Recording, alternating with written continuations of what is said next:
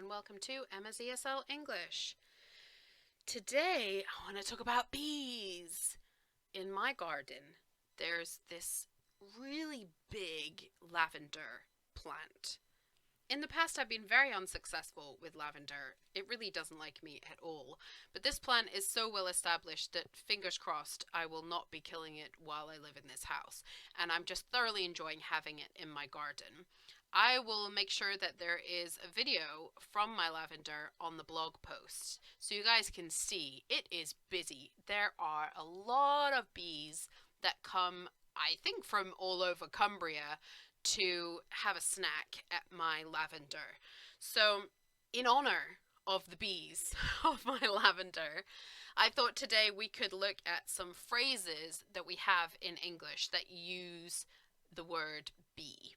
There are actually quite a lot of phrases, and there's a lot of pretty famous quotes about bees as well in English, but these are ones that you might come across in your daily life or that might be useful to you in your daily life. So I've got just, let's see, 7 of them. So it's not going to take us too long. So the first one is the bee's knees. We really like rhyming phrases in English. Tomorrow we'll do a little bit more about rhyming things, but it's pretty common to have things that rhyme in English. So this is one of them, the bee's knees. And obviously, do bees even have knees? They probably don't bear any resemblance to humans' knees. In fact, this phrase has nothing to do with knees or bees. Yay for English idioms. This phrase means that somebody is really cool or awesome. So somebody that we really, really like, we would say they are the bee's knees. We almost always use this to describe people rather than things. So yeah, they're the bee's knees. He's the bee's knees. It's pretty, I don't know. Do young people use this? I'm not sure that they do. But certainly for my generation and older, the bee's knees is a common way to say that we think somebody's really very cool or amazing person. Talking about someone as being as busy as a bee is a very, very common one. You might hear it if you're in the office. If somebody seems particularly busy, it's very common to comment and say, wow, aren't you as busy as a bee? Or aren't you a busy little bee? So we have a few different ways that we might use this phrase. Of course, that comes from the idea, like you'll see in the video, the bees are all the time. They never stop. Go, go, go, go, go. And we have that bzzz. It gives us the idea that they're always going. They're always busy. So if somebody is as busy as a bee, then it means they are a super busy person. They never stop moving. If someone makes a beeline for you, then that means they're going straight for you. They're going in a straight line in your direction. Bees don't always travel in straight lines, but they do seem to know where they're going. They do seem to be very clear about where they're going. They don't fly around aimlessly. So if we make a beeline for something or someone, then we know we want to talk to them and we're going straight to them. If someone tells you it's none of your beeswax, that means it's none of your business. I don't know if this is just because it rhymes. I'm not sure why we use it. But anyway, none of your beeswax means it's none of your business.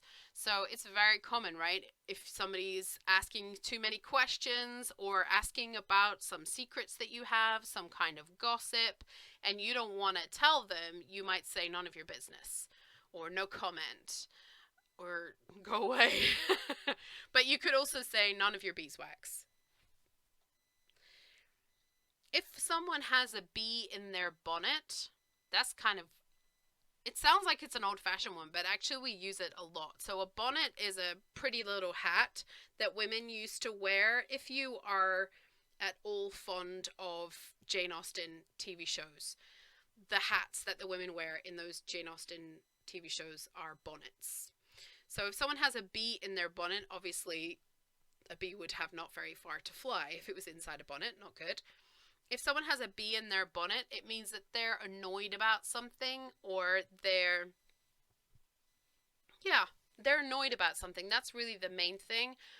It can also mean that you're sort of a little bit obsessed about something, like you want to know the answer to something. So if somebody keeps asking, but what about, but what about, we could say, oh, she's got a real bee in her bonnet about that thing, meaning she's just always asking. She always wants to know the answers. But also, if somebody is angry with you, very frustrated and shouting at you, we could say, oh, she's got a real bee in her bonnet, hasn't she? So it can be used both ways. Okay, we're nearly there.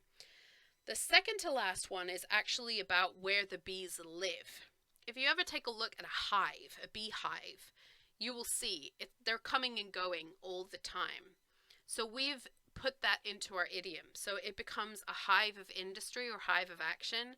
I think a hive of industry is the most common one. So if you walked into an office and everybody was running around, everybody was coming and going, you could say, wow, it's really a hive of industry in here because it's looking like a beehive. So that's a really common one. And the last one is buzz off. I'm going to buzz off now and leave you until tomorrow. As you can imagine, buzz off means I'm going to go. So we can use buzz off to mean I'm going, but we can also tell someone to buzz off. So if someone says to you, buzz off, it means go away. Of course, there are much more serious ways we can use swear words to tell someone to go away. But if we don't want to use a swear word, maybe we're trying to be a little bit funny, or maybe they're a friend, we don't want to be, swearing at them, then we can say buzz off, just meaning go away. But we can also say I'm going to buzz off now, meaning I'm going to leave. So if you have any questions, if there's anything else that you'd like me to cover, please get in touch at emmaeslenglish@gmail.com, or you can head over to the blog at www.emmaeslenglish.com, and all of these phrases will be on the blog as well as my bee video. All right, hope to see you over there. Hope this has been useful, and I'll see you next time. Bye!